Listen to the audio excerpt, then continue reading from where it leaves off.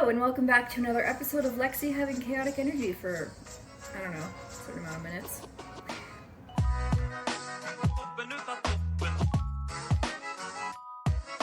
Hi, my name is Lexi. If you're new here, my name is Lexi. Thank you very much. Hi, my name is Lexi. I'm an actor, former model, and current electrician, and I hurt my back. So I'm sitting on the couch with an ice pack, some black raspberry wine, and I thought, what a perfect opportunity to do that Q&A that I've filmed thrice and have still not been able to salvage it into an editable, presentable YouTube video. Either I was interrupted by construction, my dog not giving a shit anymore, so here we are, and we're gonna do a Q&A. If you're new to my channel, I do videos about my job as an electrician, as well as my experience in the acting and modeling realm. If that sounds like your cup of tea, or your blackberry raspberry wine, then subscribe, like, share, do whatever you want to do. To make this video extra spicy, and because I wanted an excuse to drink on a Friday afternoon, because my back hurts, I'm going to be doing a shot for every question. Wow. This... Without further ado, why can't I talk today? Without further ado, let's get into the first question. First question. How did I get into electrical? What a great question.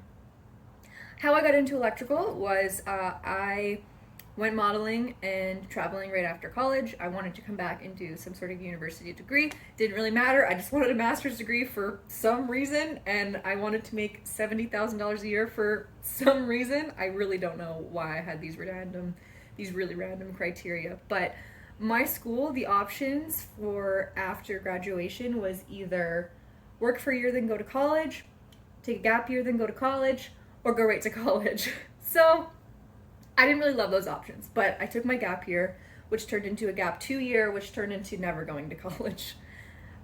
Once I got back from my second round of traveling, I decided I wanted to get into trades. I really like working with my hands. I didn't really like the idea of working in an office or going to school for 7 years, and thought this would be a fun thing to do. Hey, this is Editing Lexi. I also could not afford to go to college.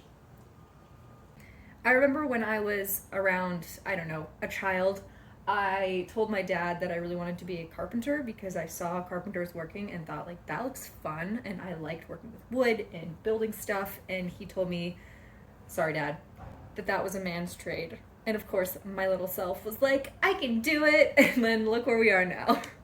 But in all honesty, my dad is one of my biggest supporters, and I love you, Dad, and you probably forgot that conversation. These were different times. This was years ago. So in circa, I don't know, 2017, I knew I wanted to do a trade. I kept looking at all the foundations programs at my local college, and I couldn't decide which one I wanted to focus on. So I shot an email off to the instructor and said, I don't know what I want to do. Can you help me? And she introduced me to a Women in Trades program. My Women in Trades program was fully funded 3-month program where we got tons of safety tickets, as well as each week we focused on a different trade. So plumbing, automotive, ambulances. This is what living downtown is like. I don't really hear them normally, but when I'm filming, obviously, of course, I can't help but notice it. And I'm sorry if you notice it as well. Hopefully whoever's getting ambulanced is doing fine. So I did this course. Electrical was kind of in the back burner of what I wanted to do, but I tried carpentry, automotive, plumbing, pipe fitting, other ones I can't remember. And the last week of the course was electrical, and as soon as I started it, I was like, all right, I like this.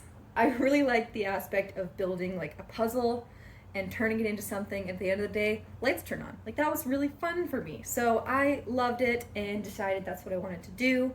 I signed up for the foundations course, and then I had a 1.5 year wait list to get into foundations. At which point I was like, do I even want to do this anymore? This is such a ridiculously long period of time.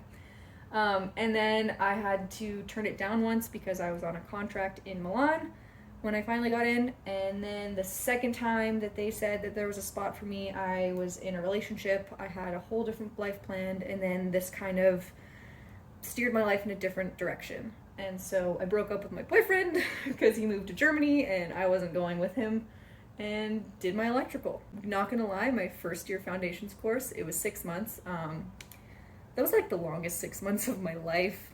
My teacher was not great, and I don't use any of it on the job except for like 3 different labs that we did, but a lot of places require you to have a foundations course under your belt before you get started. I get it, it's to just standardize things, but a lot of the stuff that I learned was on the job.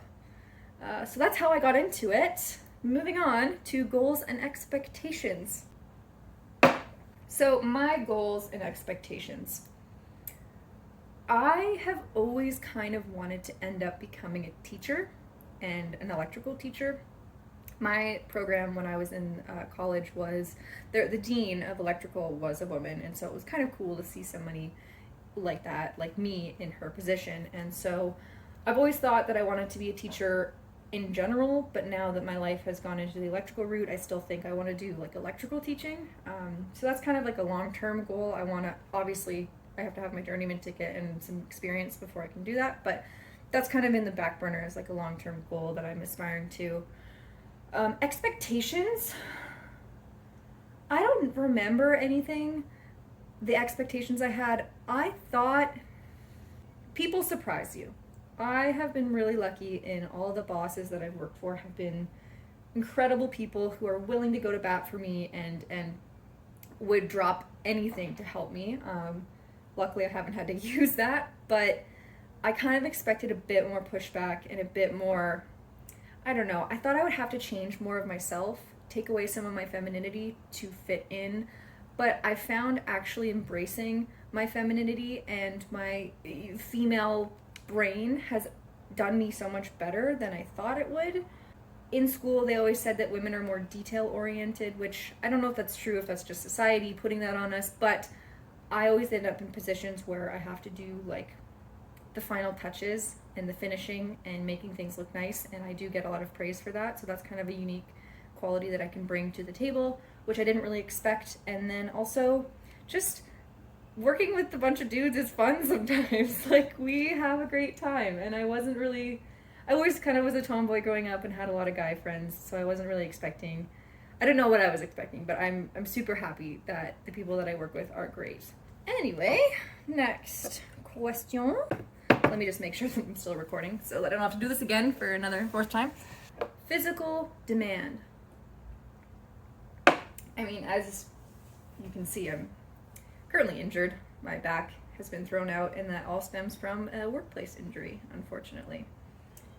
Now, I've always had back problems, so I can't totally blame work for that, and I was literally just on a ladder reaching for a light and it popped, so it's not like me doing something strenuous caused it, but yeah, I think there is a big physicality aspect to the job that cannot be ignored.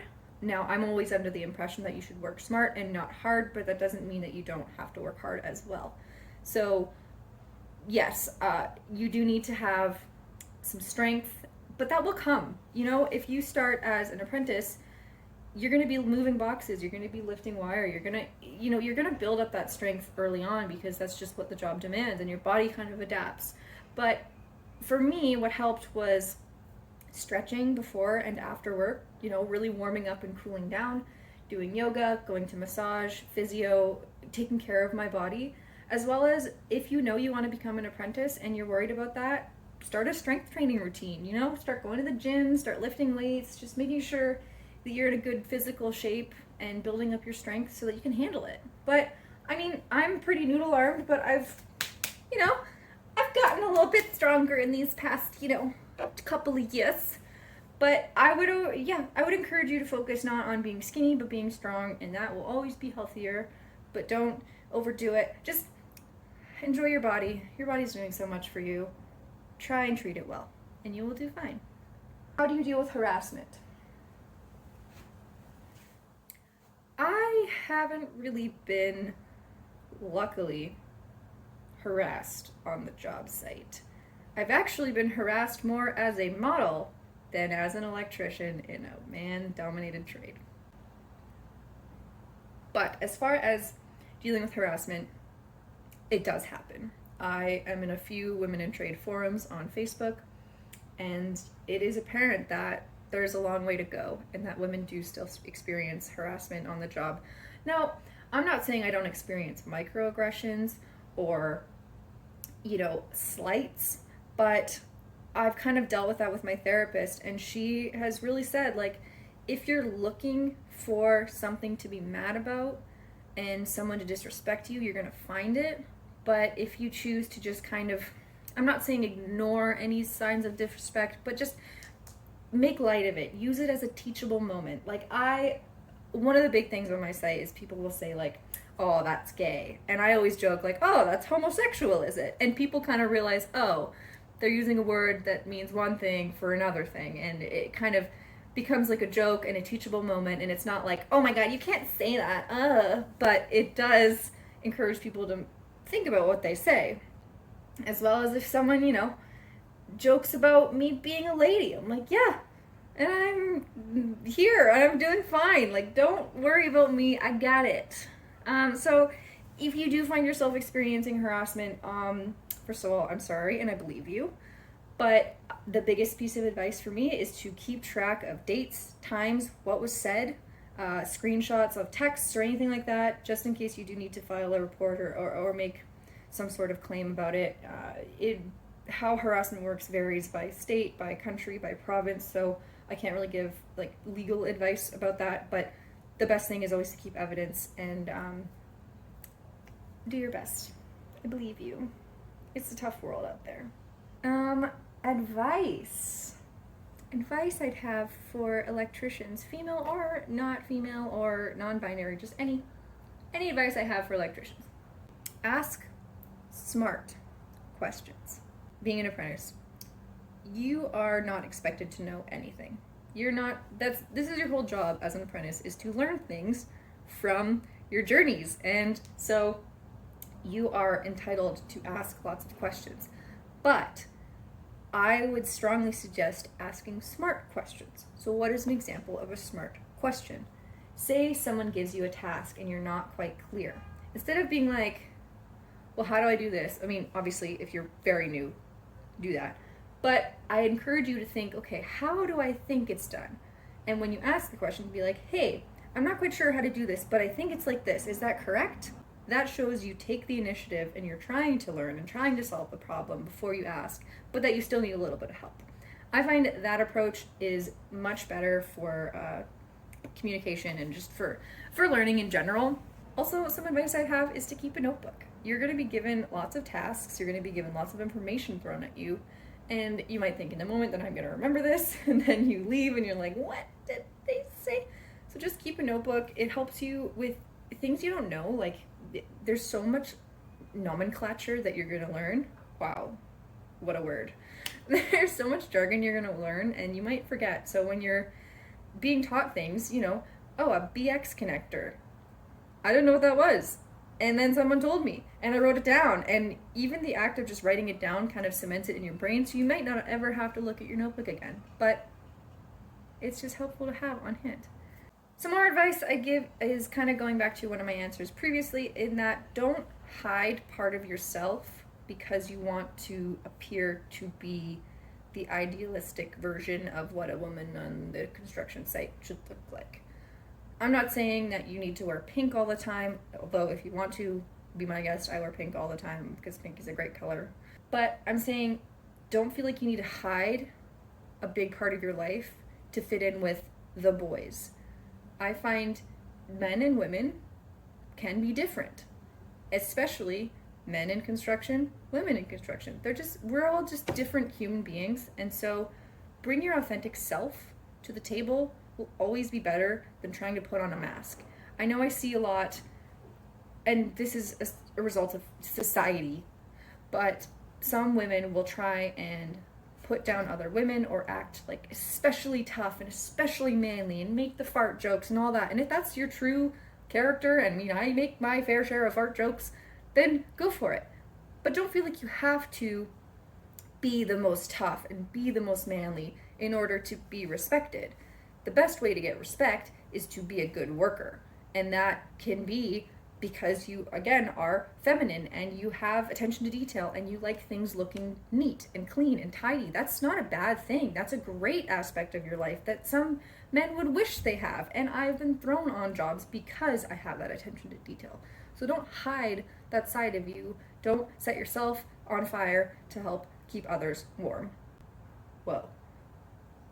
That is my best advice. Be yourself, which is like so cliche, but just be your authentic self. Take no shit.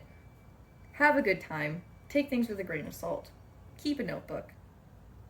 Enjoy yourself. Work is not super fun time, as my boss says, but work can be fun if you work hard, you have good relationships with your colleagues and whatnot, and you just do your best.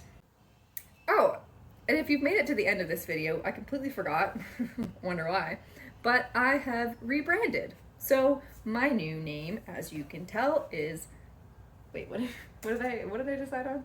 My new channel name is Lex Electric. I wanted something that fit a bit more into what content I want to be doing. I want people to be able to see my channel and know a little bit more about me, and it rolls off the tongue. Thank you to everyone who suggested other names. Electric was very popular, but it's hard to say, so I didn't go for that one. So I'm going to be having new channel art, new intros, new fun things that I've ordered on Fiverr coming very soon. Keep an eye out for those. If you're not subscribed, I would appreciate you subscribing because, yeah, this video is sponsored by me. I hope you have a great rest of your day. Love you. Enjoy yourself. Enjoy your life. Drink some blackberry wine or some blackberry juice if you don't drink. Cheers to that. See you in the next one.